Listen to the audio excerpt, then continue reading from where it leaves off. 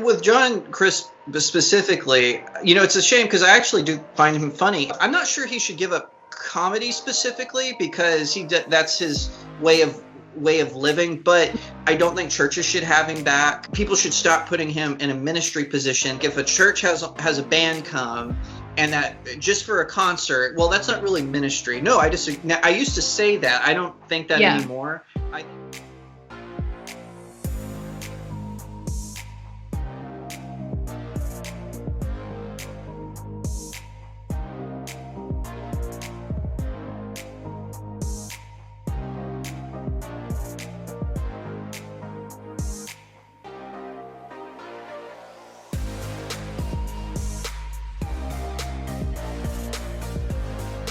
All right. Thank you guys for watching my new podcast, Reality Check. That is what you are listening to today and will be listening to forevermore until the end of time or the end of 2020, which apparently just has a part 2 and it's called 2021. So we all know that's just the way the show is. Kind of the premise of this new podcast is reintroducing maybe some old faces that you didn't know, or they might be new faces to you, and just kind of talking to them about what makes them tick, what interests them, and ultimately the meaning of the title Reality Check has a lot to do with just the fact that there's just so much that's untrue these days that's fluttering around. And I'm not just talking about politics. I'm talking about lies that are told about individuals or people in the media, or even somebody like Jacob Airey, the most mild-mannered man on the face of this planet.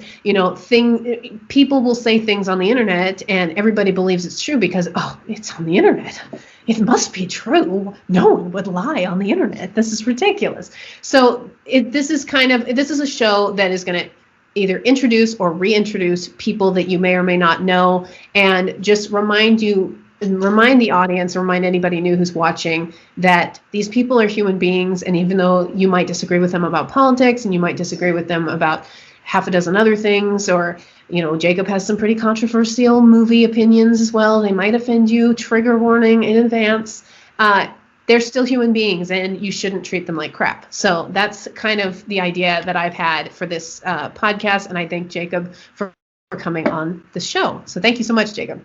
Thank you for having me.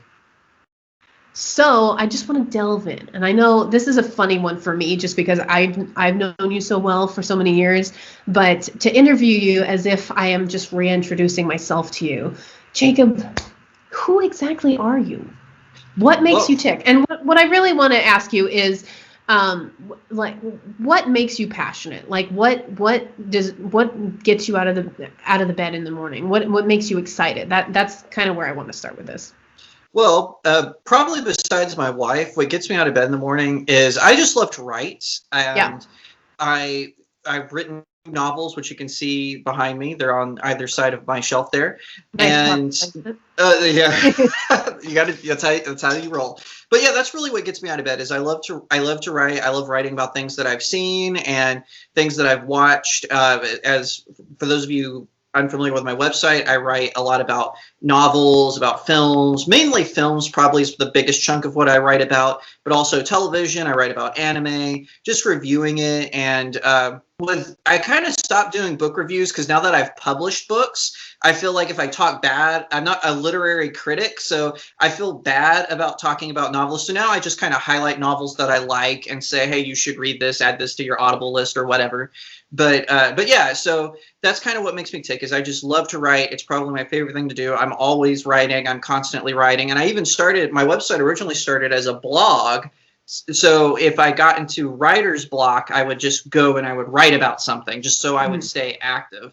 And that's why if you look in my early years, like there's these huge gaps where you don't see any articles, but that's because I was probably working on The Seven Royals, All Good Things, which was my second novel that I published. So yeah, that's kind of what I'm passionate about. Obviously my hobbies, like I mentioned, I collect comic books. I love going to conventions, particularly comic book and anime conventions. So yeah, those are kind of the big things that get me out of bed. Yeah, I know that was kind of the first thing that hit me when it came to finding out who Jacob really was in real life. It was a daily, or was it a day? I think it may have just started kind of a weekly thing, but it became a daily conversation about media and comic books and whatever happened to be in the news of the day. But just for people who didn't know, Jacob and I used to work together at the same job. We used to share an office. So this is it. You get to know somebody pretty well when you share an office with a small group of people. So, but one of the things that I wanted to bring it into this show that I haven't really talked about this a lot on my channel is kind of what your what your beliefs are, but kind of where they started and then how they developed into your adult beliefs. Because for a lot of people, they start out as one thing because you're being taught that as a child. And then you go through your rebellious teenage stage that everybody does. And then you either come out either a complete 180 from where you started or completely the same, or, so that's kind of what I wanted to hear from you. That, again, this is something that I don't really touch on my channel on a regular basis. And I wanted to delve into it a little bit with some, reoccurring people and some new people. So where did you kind of get started, whether it's religiously or just personal beliefs? And then what made you the person that you are today, just to get a little metaphysical there? Well, I've always been a Christian, and I have gone through phases where I've been different kind of types of Christian. Of God, and for those of you who are unfamiliar, that's an evangelical. People call it Pentecostal light. They're a denomination, so they believe in miracles. They believe in.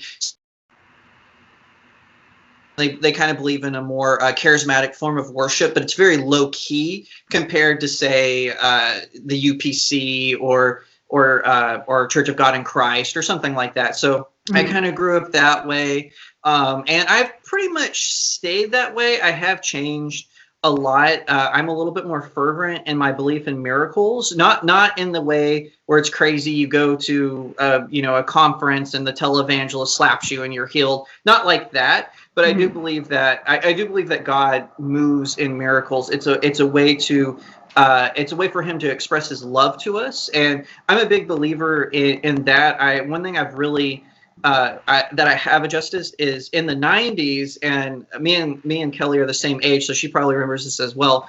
There was a lot of Christian panic. And so it would revolve around things like Pokemon or Yu-Gi-Oh, and we can't play Yu-Gi-Oh because it's with cards. You know who else uses cards? People who practice tarot cards. So it's the same thing when obviously it's not. So as I got into an adult, and especially I attended a Bible school where I got a lot of good theological grounding and whatnot, but I kind of became an anti-heresy hunter.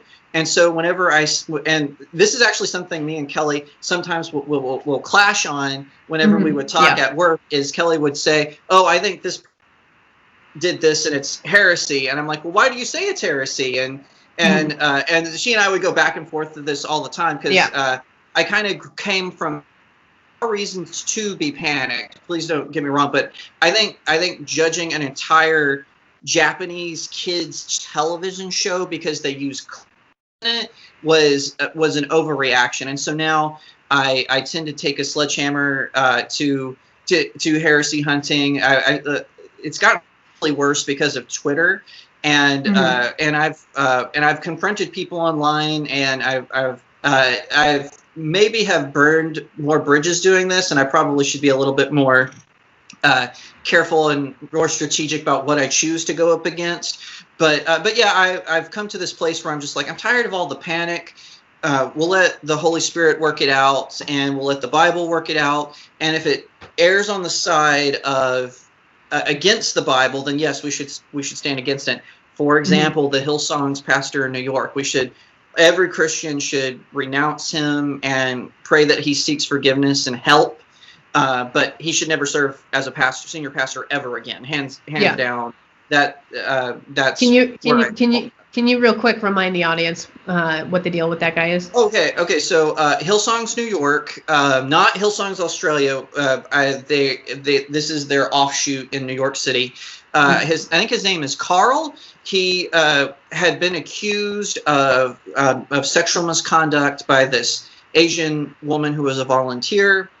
Well, through that, people are starting to discover that it wasn't just sexual misconduct, there was also managerial misconduct. So he basically ran the place with volunteers, so he was able to get huge payouts for his staff. And I am of the opinion that I don't have a problem with pastors getting big paychecks. I know that some people don't like that. I'm okay with it. I grew up a pastor's kid. So, but it should be within the means of the church, and it should be done based on where the church finances are, not because the pastor has like this secret, because he was, from stories that are being told, now this is all alleged, but from stories that are being told, he was basically running a slave camp, basically, with when a volunteer would say, hey, I've been putting in 50 hours a week, I think I should at least get minimum wage, they would do the whole, oh, you don't want to be a servant, how dare you, Jesus washed his disciples' feet, and that is something every Christian should be against.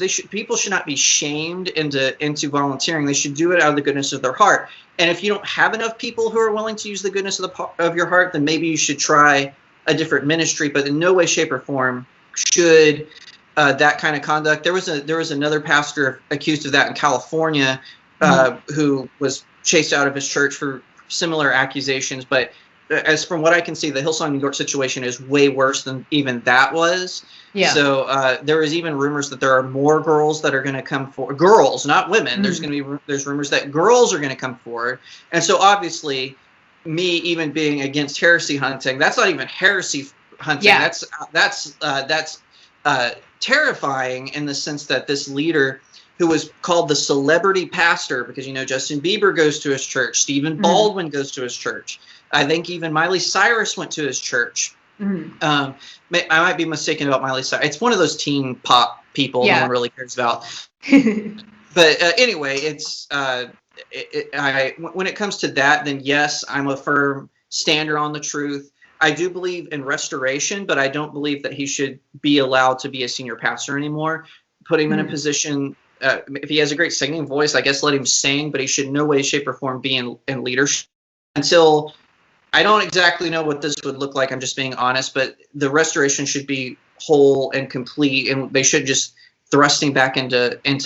So yeah, that's kind of where I stand as far as faith, and that's something I've evolved on. Before I was like, before I was kind of like, you were asking how I. That I would say, well, he asked for forgiveness. He did a 2-week counseling session. Maybe give him another shot. But knowing that is out of a Christian love, and that's important. And how we express that love should not just be to push the person right back where they started. They should. So that's something I've evolved on. Let the person work out everything, because there's going to be family consequences to this. Obviously, I believe he was married. I could be wrong about that, but there's going to be consequences to Hillsong in Australia.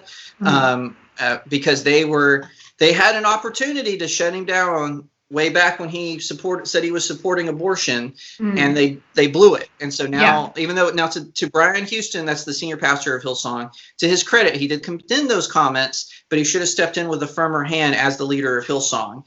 So that's something I've kind of evolved on, is I think pastors who fall shouldn't just be thrust back into the pastoral spotlight right away. I used to be like, oh, let him be forgiven, and forgiveness restores the standard. That's actually not biblical. Forgiveness says I won't hold this against you. But that doesn't mean you're going to be put right back into the place you were. Now this is getting a little bit off of the question that I had asked you, but we've just no. I actually want to follow up on the same topic, because I've done some videos. I think I've done at least 2 videos about John Crist, and we all, for the audience that doesn't know, John Crist is a Christian comedian, or he was a Christian who was a comedian, because his comedy started out being a little bit more Christian oriented, and then he kind of got into more of a secular type of an audience. And that I don't have a problem with that. I think that's fine. The problem with John Crist is he had what he calls a sexual addiction, which what I call being a sexual predator. So, I mean, that's something I wanted to bring up with you, just because we're on the subject of somebody who called themselves a Christian for so long and had a huge audience, and then all of a sudden, and really, if you watch my other videos, I can link them in the description below. But this wasn't, an all of a sudden thing. It all of a sudden came to public light. However, this was an ongoing thing that he was repeatedly chastised for, but clearly not, hard enough. He was in and out of rehab for this for at least a year, if not two, prior to the big blow up. So I wanted to kind of get your take. I still have a John Crist DVD. I used to think he was hilarious. And I still have it. I did a video called Why I'm Not Throwing My John Crist DVD Away. And I don't think that it's necessary for me to throw it away, but it does kind of bring to light, just given all the research I've done into his situation. How do you, my take is, this guy has problems. He needs to deal with them, and he ought not to be in the public light, because as my research videos showed, he'd been in rehab, come out, and then he said, yeah, I'm fine. I've repented, I've recovered, all that. And then he went right back to doing it. Given that, I think that he doesn't belong in that kind of a spotlight anymore. I don't think he belongs in comedy anymore. Perhaps he should be writing for somebody else who is a little bit more controlled in their personal life. But I would like to hear how do you think that either the Christian community or just people as a whole ought to deal with somebody who clearly has problems in this way and can't control himself? With John Crist specifically, it's a shame, because I actually do find him funny, and even some of his newer videos that have come out, he's done these Christian country songs in real life, and those are actually pretty funny videos. Yeah. But I agree with you. I think I'm not sure he should give up comedy specifically, because that's his way of living. But I don't think churches should have him back and like you said, he's been in and out. Clearly it's not working, and so when people should stop putting him in a ministry position. And and this is something that I've also evolved on, as well as I've said, like, if a church has a band come, and that just for a concert, well, that's not really ministry. No, I disagree. Now, I used to say that. I don't think that anymore. I think that if a church has a band and the band sings a song that has explicit lyrics, then you ministry position, because you are a church. Now, if you had him in a different venue, whatever, and I think it's the same for John Crist. I don't think that churches should should put him in that position anymore. I think that if people did want to have him come, it needs to be in a secular setting. Let him do fundraisers, let him do charities, but I always have a bodyguard with him, not for him. Yeah. But have him in this scenario. I don't think someone should lose if they didn't do something criminal, they shouldn't lose their livelihood. And in Hillsong's case, there might be some criminal charges involved. With John B. Crist, it's more of a Louis C.K. situation where, he was asking for permission or whatever. But it's still gross and disgusting. And in a Christian scenario, he shouldn't be uplifted. And this is kind of my thing where, I say we shouldn't put leaders on a pedestal. And John Crist, he's a Christian comedian, put up on a pedestal because of how highly successful he was. And we shouldn't give him an opportunity to be put back up there. Hey guys, this is Warrior Woman 91, and you're listening to Reality Check. I hope you guys are enjoying today's episode, and I just wanted to let you know that if you want to support the podcast, you can go over to patreon.com and sign up for any one of two of my tiers that I have available. If you guys want to just be a basic supporter, you can have your name read at the end of the show, or if you want to be a super supporter, you can not only have your name read at the end of the show, but you can also find out which guests are coming up next and submit questions. Unlike my previous podcast, only Patreon subscribers will be allowed to submit questions and potentially have them read. So check me out over on Patreon and support the podcast. Yeah, I agree that this is kind of a running theme that I've had for the last couple of years about people that idolize, whether it's their favorite comedian, whether it's their favorite politician, whether it's their favorite commentator, whether it's their favorite actor or actress, or whatever it happens to be. There's just so much of this idolatry with whoever happens to be rich and famous. And I have, it just becomes detrimental both to the individual who is dealing with the idolatry and also just to everybody around them, because then they're sucked into it. And then when that person, like John Crist, just for example, has a massive fall, then brings down all the other people that were supportive of him. And, it just can be really detrimental. So I do want to move on to my next topic, which kind of it goes from where your moral standing is to how does that blend into your political beliefs. And you clearly have a very hard and fast belief on there's a right and there's a wrong, and obviously there's some things that are unclear as to where they land, and sometimes you find out later, oh, that was actually really bad, or sometimes you think, like you were talking about various, whether it's a video game or a TV show, back in the 80s and 90s, it was like, oh my gosh, that was really bad, and then you find out, oh well, actually it wasn't really as bad. There was just stigma because this one here was actually bad, and so then everything that used that same kind of animation or whatever it happened to be must be bad because that one over here was bad. So how do you draw now your political beliefs from your moral stand of right and wrong?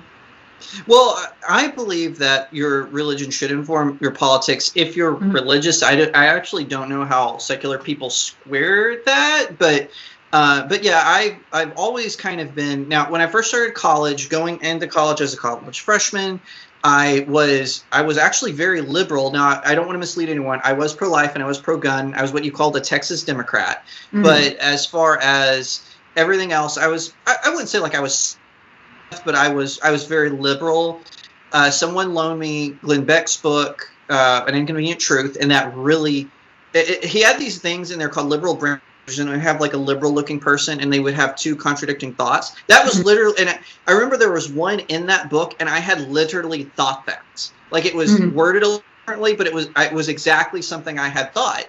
And so that really made me think, oh, well, maybe liberalism isn't the way to go. So then I kind of went into libertarianism, Ron Paul, very Alex Jones-ish, kind of evolved into more of a conservatarian. So that's kind of, I don't know exactly how to describe it, but it's like a melding of Bill Buckley and Ron Paul, basically. Then I became a neocon, and that's actually the one I'm most ashamed of. I was definitely what you would call a chicken hawk. Like, that for those of you who don't know what that means, it means a person who supports wars but then won't go themselves. I was definitely on that neocon train, riding it all the way to John McCain and Mitt Romney. Then the Barack Obama years kind of changed me a little bit more, the later ones, and I became more, I went back to conservatarianism, and then I kind of settled on more of like a Reaganism version of Now, not, I'm just using that because it's more in line with that, just anti-communism, freedom of speech, I'm more pro-life than Reagan was, I think, but yeah, pro-gun, let's help out the little guy, all this stuff. So I find that as far as my faith, it informs a lot of my current political beliefs. Looking back now, like I said, I always joke I'm more ashamed of being a neocon than anything, because and I know there's a lot of good Christians out there who are neocons, but looking back now, I'm like, I don't know how I can square just randomly invading a foreign country for no reason. No purpose other than there might be a problem. Yeah. And I'm using that specifically. I'm not going to name countries, but I really feel like I do believe in what's called a just war. So in Christian belief, there's what they call a just war, where you can serve your country wartime. But I don't believe every single time a gun is fired that it's a just war. That's something that I have evolved on, and I don't think certain activities that we as a nation have engaged in that I initially supported during my neocon days were met that criteria. And even same with being in libertarianism, what pulled me away from libertarianism is I realized that they kind of see the world the same way liberals do. They just disagree on outcomes. So liberals kind of see the world as perfect. It's utopian. If we just gave everyone, including murderers and child molesters, a chance, they'll do the right thing. The only reason they are this way is because probably they're poor. And libertarians, not all of them, but a vast majority of them kind of have this, at least the ones I was hanging out with had this belief that if we just gave everyone free market instead of free stuff like liberals, then they'll stop committing crimes against each other. And just in my own private life, I've realized that that's just not true. Yeah. When you give people freedom, sometimes they are bad and they do behave badly. So so as far as my faith informing that, that's where I kind of settled on this. I call it tradcon, kind of a traditional conservative. I don't know if that's accurate, but that's just whenever I say, "Oh, I'm a tradcon," everyone goes, "Oh." So I just go with that. Yeah, it's so hard these days because everybody wants to be able to label you with something, and forever I would call myself a conservative, but for the past couple years I'm like, well, what does that even mean anymore? Because conservative became Trumpism, and now Trumpism is potentially on the way out to a certain extent, and although I don't think it'll die for many years, regardless of who the president is, but it's just for me. I would consider myself a single issue voter. And the reason for that is I only care about abortion. That's not to say I don't care about, freedom of speech. That's not to say I don't care about free markets. I care about all of those things. But I've said this repeatedly. If a Democrat, if a communist or a socialist is pro-life and the Republican is pro-abortion, I'm voting for the other guy. I'm not going to vote for somebody who thinks killing babies is okay. And I think that kind of goes back to our discussion about, a clear moral defining line of right and wrong. I think that's the clear moral, defining line right there. And to be clear, if I was in that same scenario, I would do exactly the same thing you did. I'm just talking about basic, but I agree with you on the life issue. I am totally pro-life. And so if I was to me, all freedoms begin at life. Yeah. Right. In fact, in the Declaration of Independence, right? Life, liberty, and the pursuit of happiness. That life informs the other two. So I agree with you at that point. If it was a socialist who was pro-life and a capitalist who was pro-choice, then I would vote for the socialist, because I would at least hold out hope that life would bring liberty. Yeah. And so, I mean, I think that when I first started saying that to myself, I was like, that's very controversial, Kelly, because I abhor socialism and I abhor communism, of course. But the point is that I'm trying to make by making that statement, first of all, I don't think it would ever happen. But second of all, what I'm trying to say is any Republican who isn't pro-life doesn't deserve my vote. And any Democrat who isn't pro-life doesn't deserve my vote, because I just think that's the defining line right there. You can tell everything about a person's morals by whether they think killing somebody without just cause is okay, especially when it's somebody who has committed zero crime, whatsoever. So that's a really important issue to me, and I know it is to you. And I wanted to give you the opportunity to talk about that specific issue as well. So just to kind of wrap things up. So there's obviously, we just had 2020, and a lot of political things happened, and a lot of non-political things happened.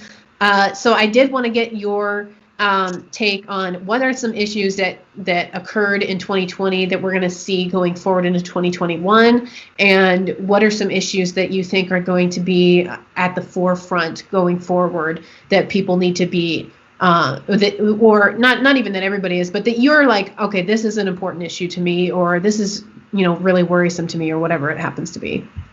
I think that we're going to see, because there was particularly in blue states, there was such a bluster, we need to get this calmed down attitude toward riots, where mayors and governors were just letting.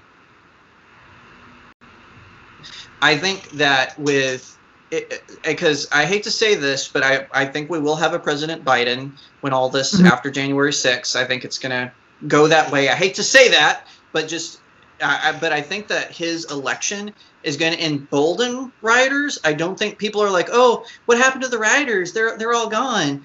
No, they're still out there, and Portland and Seattle are just letting them move in. So we're even seeing in Seattle where there are these people who are literally knocking on people's doors and saying, we're taking over this house. And so far, there haven't been any incidents. Most of the people say, go away, or I'm going to call the police. But when those people come back armed, and Seattle and Washington State and Oregon have really strict gun laws, that's where we're going to see problems. So we need to be prepared for that. And I hope things calm down. Another issue as far as entertainment is a lot of people have been crying wolf about streaming service. Mm-hmm. I would actually discuss this on the Steve Cortez show. I'm not quite ready to cry wolf yet. I'm not in denial. I'm not saying it can't happen, but I honestly think theaters are going to bounce back. For one thing, their friends in Hollywood are money at some point. Mm-hmm. Right now, they're kind of stalling because they're seeing how all these streaming releases are happening. And so far, we've had successes. There hasn't really been a middle ground. Mm-hmm. So whenever... but I honestly think that theaters are going to come back. People said the same thing about theaters when VHSs and DVDs came out. Oh, the theater, it's going to go away. I actually don't think that's true yet. I'm not saying it can't happen or it won't happen, but I think they're going to bounce back. And George Clooney kind of made this statement that theaters are going to come back because mom and dad are going to want to break. Mm-hmm. And that's kind of an oversimplification, but I actually don't like George Clooney as an actor. I think he's overrated. I think he's famous for being famous, but I do think he's right in this situation. People were kind of laughing at him and because he said it with kind of that smug Hollywood elitism, but I think there's some truth to that. I think we're going to see them kind of bounce back. I honestly think if Warner Brothers hadn't sabotaged Tenet, I think Tenet would have been the thing that brought theaters back, but I honestly think they waited too soon because they thought that California was going to open up and then it didn't. Right. But they released it anyway. Yeah. Because internationally, Tenet is doing really well. But they sabotaged it in the States. And so that's one of the reasons Nolan is so angry, and if I was him, I would be too. But yeah, I think that theaters are gonna come back. One thing too, I think physical books were going away. Corona saved physical books. I'm not saying it's a silver lining, but physical sales are go up. I think that trend is going to go a little bit longer because I think people forgot what it was like to hold a physical book, and now that they are holding them, they're kind of like, this is actually kind of nice. Yeah. So if you're an author and you want your book published physically, this is the time. Do it now before this trend goes away. And keep riding that wave. And last one is, I think we're going to see, this is kind of a back to the political one, but I think we're going to see with this vote in Argentina where they just went pro-choice, we're going to see more South American countries start to go pro-choice. I hate to say that, but the pro-life movement needs to get its act together. They need to stop paying lip service to people who are saying masking is a pro-life issue. No, it's not. Masking is about saving the elderly from euthanasia and preborn children from abortion. That's what pro-life is about. Stop letting other people, especially the left, shame you into connecting these issues. They have their own movements. And so the pro-life movement needs to ignore that clatter, and they need to focus on getting David Daleiden, ending his prosecution, helping him get to appeals, get to the Supreme Court, and we need to focus internationally because while this whole masking thing and even immigration, I think, is distracting you, Planned Parenthood is winning in Argentina, and it lost in Poland, but they tried to come back with a vengeance. Pay attention. This is the stuff we need to be looking out for. So yeah, those are probably my big four things that I would say to watch out for. That's interesting about the whole Planned Parenthood stuff because I think people forget that Planned Parenthood is a kind of a global franchise because their full name is the Planned Parenthood Federation. We need to remember this. Yeah, I mean, I remember, I want to say it was junior college when there was like some presentation on, it might have been put out by Planned Parenthood, but I didn't know enough or care enough at the time to really understand it. But I remember they were talking about contraception in third world countries, and they weren't talking about condoms. They were talking about abortions. So I just remember that. And then you bringing that up reminds me, oh yeah, it's not just the United States. They're all over, and very specifically in these third world countries, because their entire premise is to reduce the minority populations. So everyone forgets their original name, the Eugenics Society. Yeah. And when Hitler implemented This is history. I'm not making this up. When Hitler implemented his final solution, now of course this is before they knew about the death camps, but the Eugenics Society released a statement saying the Nazis are beating us, as in the U.S., at our own game. So keep that in mind. The Eugenics Society was praising the Nazis for their eugenics programs. So, and again, this is before. That's actually why they had to. People think that's why they renamed, because all that tied to Nazism. But yeah, that's actually a real historical fact. If you don't believe me, Google it. It's in the I think they even it in the New York Times, like it was an op-ed by one of their PR people. So I might have the newspaper wrong, but it was but they released it publicly. It wasn't like they were like these are all just memos that leaked. So keep that in mind, folks. Yeah, I also wanted to just jump back to your comment about the whole books thing, because that's something that I thought of. Because I started, I have had a lot of downtime during 2020, and I started reading books like obsessively. I've read so many books, like as if I was back in elementary school. I used to be, an avid reader. I have so many books.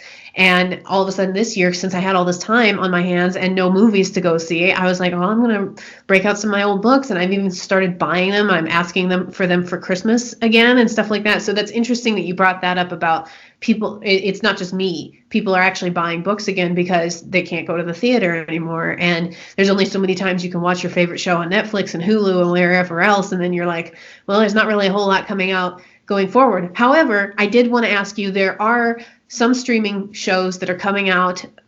Disney unveiled their big lineup for 2021 and all that stuff. So as my final little wrap up question, I wanted to get your take on what things are you looking forward to? And it doesn't have to just be Disney, but that one's like the big one that everyone's talking about. So what are you looking forward to as far as media that's going to be released in 2021?